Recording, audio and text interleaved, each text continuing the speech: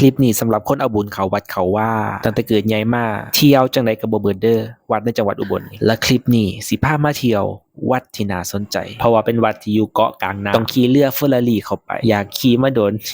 ก็เบิ่งที่ละมันคุ้มค่าที่จะมา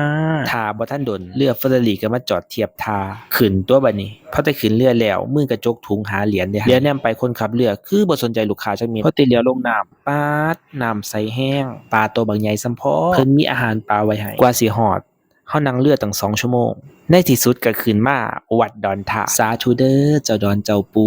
อวยพรให้ผู้ขาแล้วก็ผู้ใดกดหัวใจให้ถึกเบอร์สุงวดเด้ออยู่เทิงเกาะมีนุ่งยุ่งแบบหลายพอตะเลียวไปอีกก็พอตัวสีขาวนี่อย่างเท่น้องเซฟวะไปเจออุโมงค์ทางเขาสุดอลังการอดใจบ่ได้ต้องไปถ่ายรูปผู้ใดบ่เคยมาแนะนำให้ซื้อดอกไม้ธูปเทียนอยู่ฝั่งพุ่นเลยเด้อเพราะว่าอยู่ฝั่งนี้บ่มีขายพอมาถึงเฮาต้องมากราบพระประธานก่อนหมู่วิธีขอที่ถูกต้องขอให้ถือเบอร์ในเด้อสา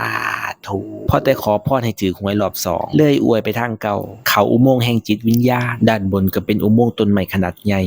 พอแต่ยางสอดอุโมงค์ออกมาแล้วก็แล้วเห็นเจดีย์ตั้งเจินเทินอยู่กลางเกาะเลยยางมาพอกุฏิหลวงปู่เสาแล้วเบิ่งแล้วเป็นกุฏิโบราณสมัยหลวงปู่เสาเพิ่นอยู่นี่ทางวัดเพิ่นก็เฮ็ดศาลาครอบไว้ให้ลูกศิษย์ลูกหากราบไหว้บูชาด้านบนเจดีย์ใหญ่ก็เฮ็ดเหมือนเป็นอนุสรณ์สถานยังมีตู้เก็บอธิษฐานของหลวงปู่เสาและพระเกจิชื่อดังหลายรูปและยังมีตู้อื่นๆบ่ว่าจะเป็นอัฐบริขารอัฐบริวารทั้งหลายเหล่านี้เพื่อให้คนที่สนใจศึกษาประวัติของหลวงปู่เสาแล้วก็ลงจากเจดีย์เดินไปตามทางเลยได้ไปพบประติมากรรมกลางป่าดูจากลวดลายฝีไม้ฝีมือแล้วน่าจะเป็นศิลปะจากยุคสาวถ้ำแต่ว่าตัวนี้น่าคุ้นๆคือยังโตกินอึ่งอยู่หน้าพญาศาลนี่ก็ยังมาฮอดศาลาถวายสังฆทานแต่ว่ามื้อนี้บ่ได้ตั้งใจมาถวายสังฆทานเลยซื้อน้ำมาถวายเพิ่นดูจากบรรยากาศของเกาะกลางน้ำบวกกับกุฏิติดแอร์อยากมาเป็นสังฆลีอยู่วัดนี้เด้เนาะนี่คืออีกฝั่งของเกาะดูบรรยากาศเบิดคำสิเว้ามาเทื่อนี้มีบุญตาเห็นนกยุงเหินฟ้าให้ไททันได้เบิ่งชมสมใจแล้วสิมากราบลาปูหนูขอลาเมื่อบ้าน